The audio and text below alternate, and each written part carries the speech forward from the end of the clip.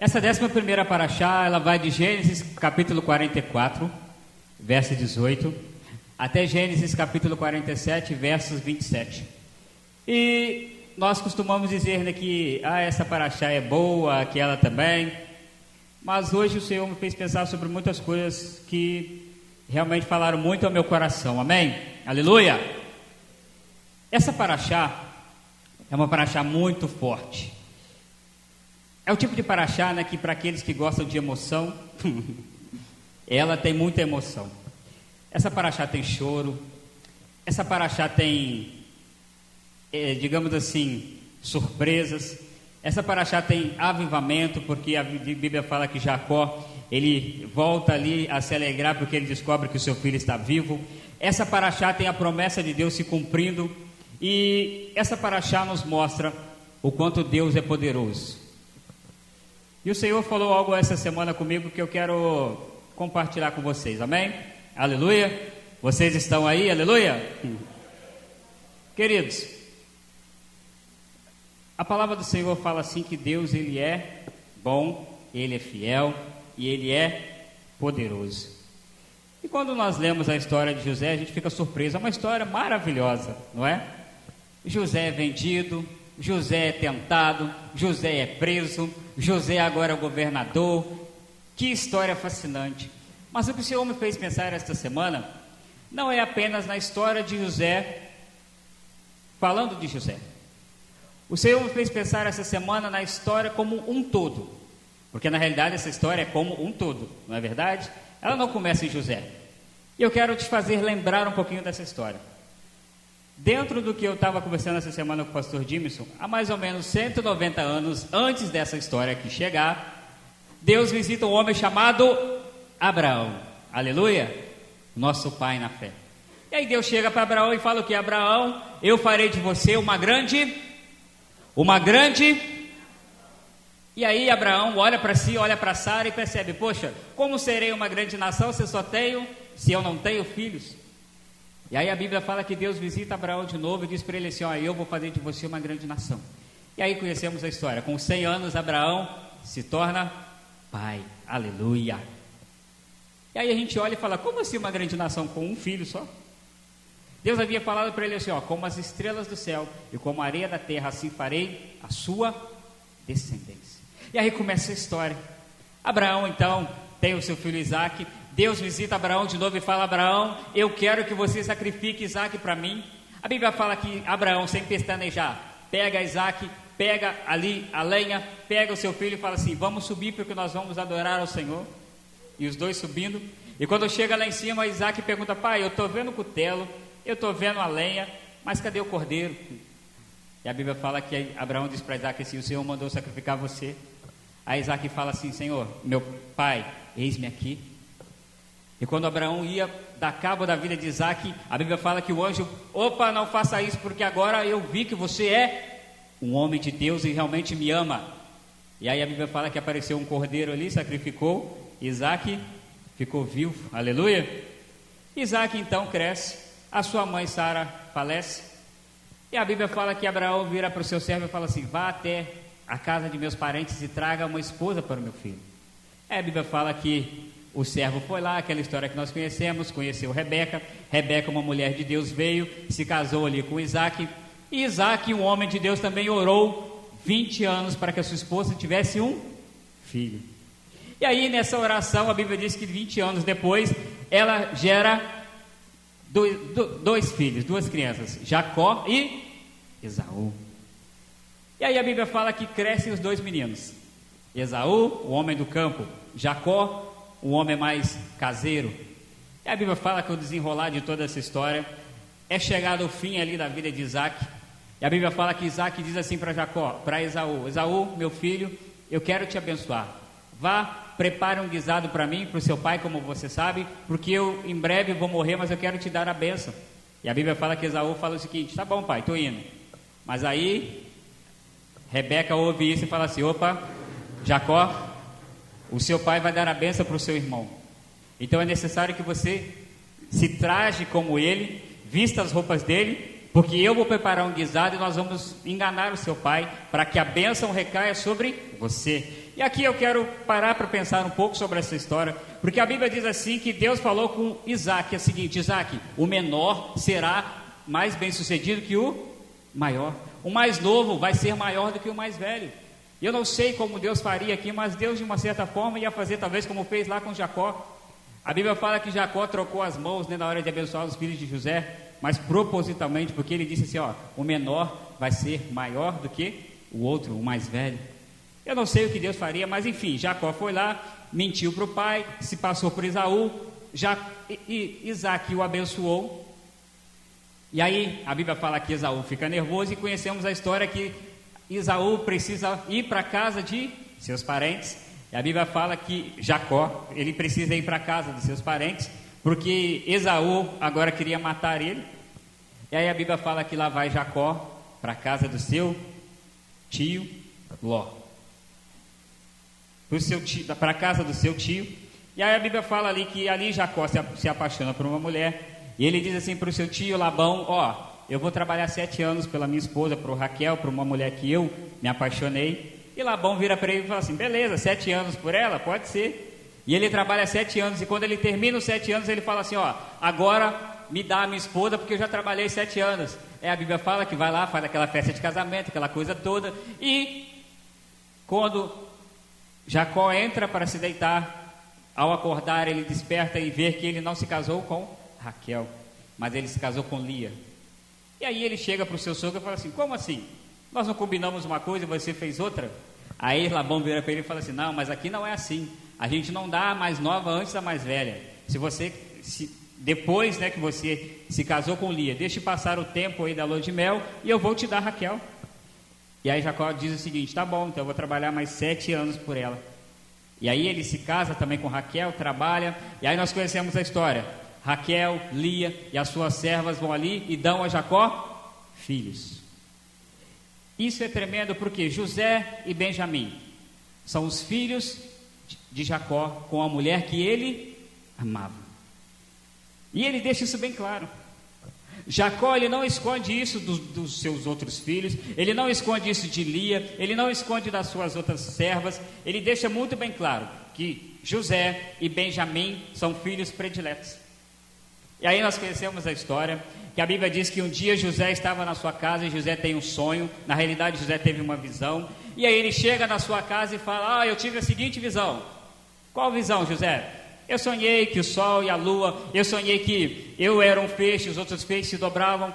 E aí a Bíblia diz que José, através disso, ele gerou um grande problema dentro da sua casa, porque os seus irmãos começaram a invejá-lo.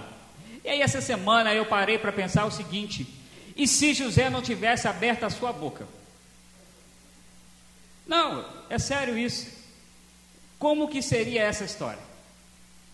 Como que José ia ser conhecido por Faraó se ele não tivesse falado, se ele não tivesse sido vendido, se a mulher de Potifar não tivesse feito o que ela fez? Eu não sei como seria, mas eu sei que Deus ia dar jeito, porque Deus é fiel para cumprir aquilo que ele promete. Mas enfim, Deus usou a situação. E aí José sai para se encontrar com seus irmãos. A Bíblia fala que os seus irmãos olham e maquinam entre si. Aí vem o sonhador: vamos matá-lo.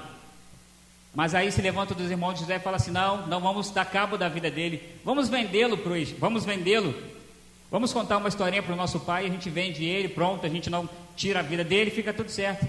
E a Bíblia diz que José chega perto de seus irmãos jogam ele na cova, e aí vende os seus irmãos para os ismaelitas, e começa toda a história de José. José então é vendido para Potifar. E a Bíblia fala que quando José estava na casa de Potifar, Deus era com ele, e todas as coisas que ele fazia, Deus honrava, Deus abençoava, Deus estava com José. Mas a Bíblia fala também que lá atrás, Jacó agora estava um homem triste. Por quê? Porque Jacó achou que perdeu o seu filho, um dos seus filhos prediletos. A Bíblia diz que Jacó realmente, se nós olharmos e olharmos a Bíblia, era como se ele tivesse entrado numa depressão profunda, porque ele chorou, porque ele se decepcionou, e eu creio que Jacó nunca mais foi o mesmo depois disso. E a Bíblia diz que os anos se passaram. Aí vem a história da mulher de Potifar, querendo se deitar com José. E como ela não conseguiu isso, como o Wilson disse aqui muito maravilhosamente, ela armou algo para conquistar e para se deitar com José, mas como ela não conseguiu, então ela armou algo para quê? Para incriminar José. Ela trajou provas contra ele. E aí a Bíblia fala assim que Potifar então chega na sua casa e escuta aquela história, e ele pega então e lança José aonde? Na prisão. Nós vamos pensar comigo? Potifar era um homem poderoso, não era? Vocês concordam comigo? Um homem poderoso descobre que a sua esposa foi, digamos assim, molestada por alguém, que a sua esposa foi ali, ameaçada, digamos assim, um outro homem querendo a sua esposa. Vocês concordam comigo que julgar José na prisão foi algo muito sutil? Porque Potifar poderia ter tirado a vida de José. Potifar poderia ter mandado executar José. Potifar poderia ter mandado fazer grandes coisas, mas o que ele fez? Prisão nele. Aí a Bíblia fala que José está lá na prisão e chegam dois cidadãos lá bem tristes. E José olha assim: o que foi? A gente teve um sonho. Qual sonho? Eu sonhei que o padeiro teve um sonho e o copeiro teve um sonho. Aí José olha o sonho dos dois assim: olha, a interpretação é a seguinte: você vai morrer e você vai voltar a servir ao faraó. Beleza? Passou-se uns dias, um morreu, o outro voltou. Aí José diz uma frase assim: olha, quando você chegar lá no palácio, diante de faraó, lembra-se de mim. Mas a Bíblia fala que os anos passaram. E aí, algum tempo depois, a Bíblia fala que faraó ele começa a ser perturbado por um sonho. E ele começa a ser perturbado todo dia, toda noite, aquele sonho. Até que faraó fica tão perturbado que ele fala assim: chama todos os seus magos, ele chama todas as pessoas do seu reino para que interpretem aquele sonho, mas ninguém conseguia interpretar. E aí, aquele cidadão se lembra: opa, hoje eu estou em falta. E ele chega para faraó e fala assim: faraó, existe um hebreu lá na prisão, que quando eu estava lá, aconteceu assim, ele fez assim, interpretou o sonho. E a Bíblia fala que faraó diz o quê? Traga ele até mim. E aí a Bíblia diz que José trocou de roupa, José fez a barba, José se apresenta a faraó. E a Bíblia diz que quando o faraó diz o sonho para José, José diz assim: faraó, o seu sonho é um só. O seu sonho quer dizer o seguinte: que vão vir sobre a terra 7 anos de fartura e 7 anos de fome. E José diz algo muito interessante para faraó. José diz assim: o Senhor precisa de um homem sábio para administrar, para que no tempo de seca, no tempo de fartura, esse homem ele administre, para que quando houver a fome, haja alimento na terra. Aí faraó olha assim: mas onde é que eu vou encontrar um homem assim? Já sei, você. Aí a Bíblia diz que José então se torna governador do Egito. José se torna o homem mais poderoso do Egito, abaixo de faraó. E olha que faraó fala assim: olha, eu não quero saber de nada. Você manda, você resolve. Você não é maior do que eu, mas tirando eu, faça o que você quiser. Aleluia, glória a Deus. Aí a Bíblia diz que vieram 2 anos de fome. 2 anos vieram. E aí está lá José administrando, José cuidando, José fazendo aquilo que ele tinha que fazer. E aí a Bíblia diz que houve fome em toda a terra.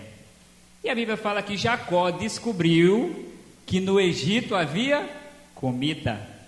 Deus é muito top. Jacó então pega os seus filhos e fala assim: vão até o Egito e tragam alimentos para nós. Aí a Bíblia fala que lá vão os irmãos de José, chegam no Egito, e a Bíblia fala que quando eles chegam, José olha para eles. Eu acredito que o coração de José... Essa semana, Wilson, eu estava escutando uns rabinos lá da Ensinando de Sião.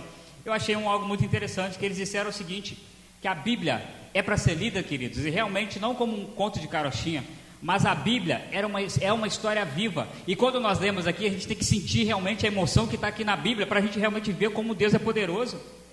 E aí eu comecei a sentir a emoção de que José viu seus irmãos. E agora José, ele, sabe, eu imagino como ele deve ter ficado, porque ele viu os seus irmãos, aqueles que haviam vendido ele para o Egito, aqueles que colocaram ele naquela situação. E aí a Bíblia diz que José então arma uma cilada para eles. José pega e fala assim: ó, coloca o dinheiro de volta na mala deles e despacha eles. E aí os irmãos chegam lá diante do pai de novo, trouxemos comida, mas quando eles olham, o dinheiro está lá. Aí os irmãos dele se desesperam. Pronto. O que está acontecendo? Aí a Bíblia diz que eles voltam de novo para comprar mais comida. E quando eles voltam, José olha para eles e fala assim: vocês são espiões, né? Vocês vieram me sondar, né? Vocês são pessoas más. Aí a Bíblia fala que os irmãos de José tremem: não, Senhor, nós somos homens bons. Aí os irmãos de José começam a contar a história: nós somos filhos de um homem velho, nós somos tantos irmãos, nós somos isso, nós somos aquilo. Aí José começa a se interessar pela história e fala: vocês têm irmão mais novo? O seu pai ainda vive? Sim, o nosso pai vive. Aí José faz o quê? Ele pega e coloca ali, faz com que os irmãos dele, deixa um ali preso e faz o seguinte: esse irmão de vocês só vai sair daqui depois que vocês trouxerem o menor, ou seja, Benjamim. Aí os irmãos de José chegam lá na casa dele, de Jacó, desesperados, pensativos, porque Jacó já havia perdido um filho. Jacó não suportaria perder outro, porque Jacó já estava de idade. E aí conta a história para Jacó, Jacó se desespera, Jacó começa a pensar: como assim, o que vai acontecer? Mas aí conseguem convencer Jacó, desce Benjamim, José olha para Benjamim, a Bíblia fala que José se emociona, José chora, José fica assim, sabe? Aquela coisa: é meu irmão. E aí começa a paraxá de hoje. Aliás, não começa, porque José ele arma uma outra cilada, porque ele coloca o seu copo dentro da bolsa de Benjamim e manda que os persiga e fala assim: aquele que o copo for encontrado na bolsa, esse será preso. E aí os irmãos de José falam assim: não, a gente não roubou nada não. E quando abre a bolsa, estava na bolsa de quem? Benjamim. Aí os irmãos se desesperam. Aí eles falam: pronto, agora o que vai ser? Aí a Bíblia fala que aí começa essa paraxá, porque um dos irmãos de José chega para ele e vai gache, se aproxima nos pés do ouvido de José para contar a ele uma história. E a história que ele conta é toda essa, dizendo: olha, nós temos um pai, nós somos irmãos, um já morreu, o meu pai não suportaria perder outro filho. E aqui nesse texto, exatamente em Gênesis capítulo 45, no versículo 7, é onde eu quero realmente fazer você entender como Deus é poderoso. Olha o que José, depois de reconhecer os seus irmãos, depois de chorar, depois de realmente ver, ele diz a seguinte frase: gente, Deus enviou-me à frente de vocês para garantir os seus descendentes sobre a terra e salvar a vida de vocês com uma grande libertação. Assim, não foram vocês que me enviaram para cá, e sim Deus. O que o Senhor me fez pensar essa semana é que a história de Jacó é uma história bonita, a história de Abraão é uma história emocionante, a história de Isaac é maravilhosa, a história de José é linda, mas o que Deus me fez pensar essa semana é que essa história toda, como um todo, ela é uma história impressionante, porque nessa paraxá mostra o quanto Deus é poderoso. Porque nós vamos ver aqui que Jacó desce para o Egito junto com todos os seus. E lá atrás nós lembramos da promessa que Deus fez a Abraão: um dia os seus descendentes, eu vou descer com eles para um local, eles serão escravos, mas eu farei com que eles entrem lá, mas eu sou o mesmo Deus que vou tirá-los de lá. E sabe o que eu pensei essa semana? Eu dei glória a Deus, porque a gente pega essas paraxás que a gente estuda aqui, são muito maravilhosas. E a gente gosta da paraxá que Deus vai lá e visita Faraó, não é? Deus vai lá e acaba com ele. A gente gosta da paraxá que Deus vai lá e abre o mar, muito top. A gente gosta da paraxá que Deus vai lá e faz chover pão do céu, aleluia. Mas essa semana eu dei glórias a Deus por essa paraxá, sabe por quê? Não existiria mar, não existiria aquelas provas lá no Egito, não existiria nada disso se Deus não tivesse sido fiel e pegado o seu povo e fizesse eles entrar para dentro do Egito. A promessa de Deus se cumpre aqui. Deus pega todos eles e desce com eles no Egito, e que maravilha. Entram aproximadamente 70 a 75 pessoas. E quando saem mais de 3 milhões de pessoas. Isso é que é Deus. Isso é que é Deus de aliança. Isso que é Deus de promessa. E o que o Senhor me fez pensar essa semana sobre isso é que Ele é o Deus das nossas vidas. Ele é o Deus que quando promete, Ele cumpre. Demorou 190 anos, mas a palavra dele se cumpriu. Demorou mais 420 anos para o povo sair, mas o povo saiu. E o que o Senhor me fez pensar é que a história de José é magnífica. José agora governa, José agora é um homem que Deus colocou ele para governar uma nação. Mas o Senhor me fez pensar algo, que todas essas histórias têm um paralelo, todas essas histórias têm um fim. E qual é o fim? Yeshua. E o Senhor me fez analisar a seguinte questão: às vezes eu, pastor Michael, passo situações na minha vida, amém? Situações difíceis. Você passa também, pastor Dimson passa. Nós vivemos situações difíceis nas nossas vidas. Mas o que o Senhor me fez analisar é que essas situações difíceis nas nossas vidas, elas vêm como um todo, sabe para quê? Para que a minha situação, junto com a sua situação, junto com a situação de todos nós aqui, nos leve apenas a um lugar. E sabe qual é esse lugar? Aos pés do Senhor. A Bíblia fala, vai gaste e aproximar-se. E o que o Senhor me fez pensar é que nós precisamos nos aproximar de quem? Do Eterno. Quando a gente se aproxima do Eterno, coisas grandes começam a acontecer, queridos. Eu fiquei maravilhado com o pastor Dimitri pregando aqui domingo, e ele falou algo sobre a oração que eu achei magnífico. Ele falou assim, tem pessoas dentro da igreja que estão lá no pátio, lá do lado de fora. Tem pessoas dentro da igreja que estão ali dentro do átrio, estão mais próximas. Tem pessoas dentro da igreja que estão no lugar santo. Mas tem aqueles que estão no lugar santíssimo, estão ali diante do Senhor. E esses, quando oram, quando buscam, quando pedem, Deus atende, amados, com amor, com prazer. Porque Deus, Ele ama que nós nos aproximemos dEle. E o que o Senhor me fez pensar, é necessário que a gente se aproxime. Porque quando a gente se aproxima, quando a gente chega perto e fala no ouvido do Eterno, e fala, Senhor, eu tenho necessidade, Senhor, eu preciso disso, Deus é fiel para mudar a história das nossas vidas e para mudar aquilo que Ele quer mudar. Essa paraxá é muito impressionante, porque o Senhor me fez pensar que dentro dessa paraxá, Deus, Ele fez outra promessa. Qual foi outra promessa? Gênesis 3,15, existirá um Satanás que vai pisar a sua cabeça. E o Senhor nos fez uma promessa. Qual a promessa que Yeshua fez para nós? Eu acho que diz assim, né? Eis que eu vou, mas se eu for preparar lugar, eu voltarei, para que eu busque vocês. Eu não sei se você entende nessa noite sobre essa promessa, mas o que Deus me fez pensar é que tudo aquilo que Deus prometeu, desde o começo da humanidade, desde o começo da criação, até o último dia que Deus sabe quando Yeshua vai vir, já está acontecendo. Dia após dia, já está acontecendo. Já está acontecendo. Deus não se atrasa. Deus, Ele não esquece. Deus, Ele não tem amnésia. Tudo acontece conforme Ele planejou, conforme Ele deseja, conforme Ele escreveu e falou, e pronto, e acabou. Aleluia, glória a Deus. Queridos, eu fiquei assim hoje pensando sobre essa paraxá. Como nós precisamos entender que as nossas vidas, elas estão na mão dEle. Mas é necessário que a gente se aproxime dEle. Quando nós nos aproximamos, as coisas começam a acontecer. Quando nós estamos próximos, as missões começam a acontecer. Quando nós estamos próximos, a igreja começa a encher. Quando nós estamos próximos, nossas vidas começam a ser transformadas. Quando nós estamos próximos, Deus é fiel para levantar alguém para nos abençoar, para que nós possamos ter um templo no centro. Quando nós estamos próximos, as coisas começam a mudar, porque quando nós estamos próximos de Deus, Deus está próximo de nós. Nada pode impedir dele fazer aquilo que ele quer fazer. Diga comigo se é necessário me aproximar de Deus. Amém, queridos? Isso é muito forte, amados. Vai gaste é uma palavra muito interessante. Aproxime-se de Deus, porque Ele vai se aproximar de você, queridos. Deus não é como aquelas pessoas que quando você quer chegar pertinho, aquela pessoa vira as costas para você, não. A Bíblia fala que Deus, Ele está ali todo dia ali esperando você, mas você às vezes está ocupado demais para estar com Ele. Mas todo dia Ele insiste, Ele te dá o fôlego, Ele dá o sol, Ele dá a chuva, Ele te dá a vida para que você pegue e fale assim, Senhor, eu estou aqui.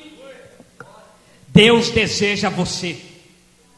E Deus não deseja você como aqueles amigos que ficam falando pelo WhatsApp, e-mail. Não, Deus deseja você face a face. Deus deseja você ali, para você conversar com Ele e dizer, Senhor, eu sou grato a Ti, como o pastor falou, pela minha salvação. Eu sou grato a Ti pela Tua palavra. Eu sou grato a Ti porque o Senhor me escolheu. Queridos, é necessário nos aproximar dEle. E eu quero deixar alguns textos bem rápidos aqui para você que entenda o que o Senhor quer falar conosco. Tiago capítulo 4, versículos 7 e 8. Olha o que diz aqui. Eu vou lendo, tá? Para a gente ganhar tempo. Olha o que diz Tiago 4, 7 e 8. Portanto, submetam-se a Deus. Além disso, resistam ao adversário e ele fugirá de vocês. Aproximem-se de Deus e ele se aproximará de vocês. Limpem as mãos, pecadores. Purifiquem o coração, vocês que têm a mente dividida. Aproxime-se de Deus, queridos, e ele terá prazer de se aproximar de você. Aproxime-se dele, porque ele está te esperando, amados. A Bíblia fala que Yeshua disse o seguinte, fecha a porta do seu quarto e ora. Fecha a porta do seu quarto e ora, porque quando você fizer isso, o Pai que está em secreto, ele vai te ouvir, aleluia. E além de te ouvir, ele vai falar com você. É muito poder esse Deus que nós servimos, queridos. Deus, ele é muito maravilhoso. E olha só o que está escrito aqui também. A palavra do Senhor fala aqui em 1 Coríntios capítulo 1, versículo 9. Vamos ler alguns textos que falam assim, 1 Coríntios 1, 9. Deus é fidedigno. Foi ele quem o chamou à comunhão com seu Filho Yeshua, o Messias, o nosso Senhor. Queridos, você acha que você teria condição de se aproximar de Deus? Você acha que você por si, pela sua beleza física, pelo seu intelectual, teria condições de se aproximar do Eterno? Mas foi ele que falou assim: eu vou enviar o meu Filho, vou abrir as portas para que você se aproxime. É muito poderoso isso. Hebreus capítulo 10, versículo 22 diz assim, dessa forma, aproximemo-nos do lugar sagrado com o coração sincero, na certeza plena que procede da confiança, com o coração limpo pela aspersão, para nos purificar da consciência culpada, e tendo o corpo lavado com água pura. Olha o versículo 23. Continuemos nos apegando com firmeza à esperança. Aquele que fez a promessa é digno de confiança. Queridos, quem te fez a promessa de salvação? Quem fez a promessa para você de salvação? Quem fez a promessa para você de salvação? E ele é fiel para cumprir essa promessa. Você crê nisso nessa noite? Você realmente crê que Deus é fiel para cumprir todas as suas promessas na sua vida, amados? Aleluia. Jeremias 33:3 diz assim: clama a mim e eu responder-te-ei, anunciar-te-ei coisas grandes que você não. Aleluia, queridos. Clama a ele então, vamos clamá-lo, para que ele anuncie para nós tudo aquilo que é a vontade dele. Seja para nossas vidas, seja para a igreja de Yahoo, seja para o Brasil, seja para Angola, seja para o mundo, enfim, tudo aquilo que nós buscamos, Deus é fiel para cumprir. E o último texto que eu quero ler, Isaías capítulo 55, versículo 6 diz assim: procurem por Adonai, enquanto ele está disponível, clame a ele, enquanto ele está onde? A minha Bíblia diz assim, procurem Adonai enquanto ele está disponível, e clame a ele enquanto ele está próximo. Vai, Gash. Nós precisamos nos aproximar de Deus. É necessário se aproximar de Deus. E para chegar ao fim onde o Senhor me trouxe nessa palavra, a Bíblia fala que ali está então José governando, e agora o povo entra dentro do Egito, e aí começa aquela história, porque o povo então vai multiplicar, e lá na frente a gente vai ver Deus fazer tudo aquilo que Ele quer fazer. Mas o que o Senhor me trouxe essa semana para pensar é o quanto Deus é poderoso. Deus disse na sua palavra que um dia Yeshua vai voltar. Você crê nisso comigo? Você crê de verdade que ele vai voltar? Aleluia. Mas essa paraxá me fez pensar uma coisa, não que Deus não é fiel, não que Deus não tinha cumprido essas coisas, mas essa paraxá me fez entender que Deus está lá realmente olhando para o seu relógio, porque Yeshua não sabe a hora, mas o Eterno está olhando para o seu relógio. E olha comigo uma coisa, a terra está ficando cada dia pior, o homossexualismo está aí, nós vemos morte, nós vemos aí o islamismo se levantando e crescendo, nós vemos aí pessoas que não querem saber de Deus, nós vemos tudo isso, mas a Bíblia diz que um dia virá um. Aliás, ele já veio, mas ele vai voltar. Quem é esse, né? Quem é esse? O Rei da Glória. Quem é esse? O Rei da Glória. A Bíblia fala que na sua coxa está escrito assim, ó: Rei dos reis, Senhor dos senhores. E a Bíblia diz assim que um dia, num piscar de olho, talvez nós aqui não vamos ver isso. Eu gostaria de ver isso, aleluia, né? Mas se não for a vontade do Senhor, enfim, eu quero estar deitado, dormindo ali, morto. Mas eu creio que se eu estiver ali, a Bíblia fala que vai tocar o chofar, vai tocar aquela trombeta, e toda a terra vai saber que Ele está chegando. E toda a terra vai saber que Ele está chegando. Satanás sabe disso, queridos. Satanás sabe muito bem disso. Por isso, ele gera nas nossas vidas o medo. Ele gera nas nossas vidas aí a desilusão. Ele gera nas nossas vidas a preguiça de buscar a Deus. Ele sabe que para ele não tem jeito mais, mas ele sabe que o rei está voltando. Ele sabe que o rei vem. E um detalhe, acima do rei, apenas Adonai, o nosso Deus, porque o rei será rei sobre todos os reis. O rei, a Bíblia fala assim, que toda a terra vai ter que se dobrar e dizer: só o Senhor é Deus. Será que você consegue entender comigo que esse Deus que você serve? Será que você consegue entender comigo que esse probleminha que você tem é algo assim, sabe? Se você olha e fala assim, perto desse Deus, o que eu estou passando, o câncer, a morte, o inferno, Satanás e tudo, não são pares para o nosso Jesus, amados. Eu fico imaginando, porque a Bíblia fala assim, que os demônios, eles dizem o seguinte, que quando nós falamos, né, há poder no nome de Jesus. Às vezes a gente canta essa canção e realmente não para pensar. Outro dia nós cantamos aqui, né, um nome, sobre todo nome, né, um nome mais lindo, Yeshua, um nome que parece simples, né, um nome que às vezes virou banal, né, Yeshua, mas o nome que a Bíblia fala que quando nós pronunciamos, Yeshua, a Bíblia fala que a terra reconhece o nome do Criador dela. A Bíblia fala que os demônios, estremecem. A Bíblia fala que, sabe, toda a criação sabe quem é Ele. E eu fico imaginando esse dia, como vai ser glorioso esse dia, que Yeshua sentar no seu cavalo, olhar para o Pai e o Pai falar: vai lá, porque agora é o fim, acabou, vamos acabar com tudo isso. Não vai ter para o Islã, não vai ter para nenhuma, não vai ter para ninguém, porque o nosso Deus é todo poderoso. E queridos, eu não sei quanto a você, mas um dia Ele virá, num piscar de olhar. O Rei está voltando, Ele vem. Será que você pode dizer comigo nessa noite, com fé? Diga comigo assim: Ele vem. Diga assim para o seu problema: Ele vem. Diga assim para essas cadeiras vazias assim, ó: Ele vem.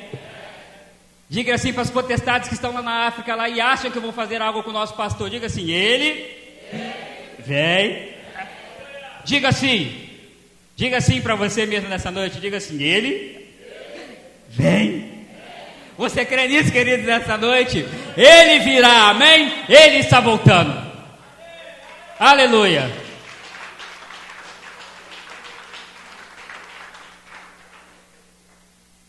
E o Senhor me fez pensar para encerrar. E aí eu quero deixar essa palavra não apenas para o pastor Jimson. Eu quero deixar essa palavra para nós como igreja. As coisas estão difíceis, não estão? Mas quando está tudo difícil, é bom, porque nós buscamos a face dele. Então ele arrou. Vamos orar e nos preparar, porque nós vamos mudar de lugar. Vamos orar e vamos nos preparar, porque o pastor Jimson sozinho não vai conseguir ir na África, nos Estados Unidos. Daqui a pouco Deus vai chamar outros, tá bom? Deus vai levantar outros. Vamos orar, porque grandes coisas Deus vai fazer neste lugar, porque aquilo que o Eterno prometeu, Ele é fiel para cumprir. E Yeshua disse a seguinte frase, e aqui eu termino o texto: a terra vai passar o mar, mas as palavras do Senhor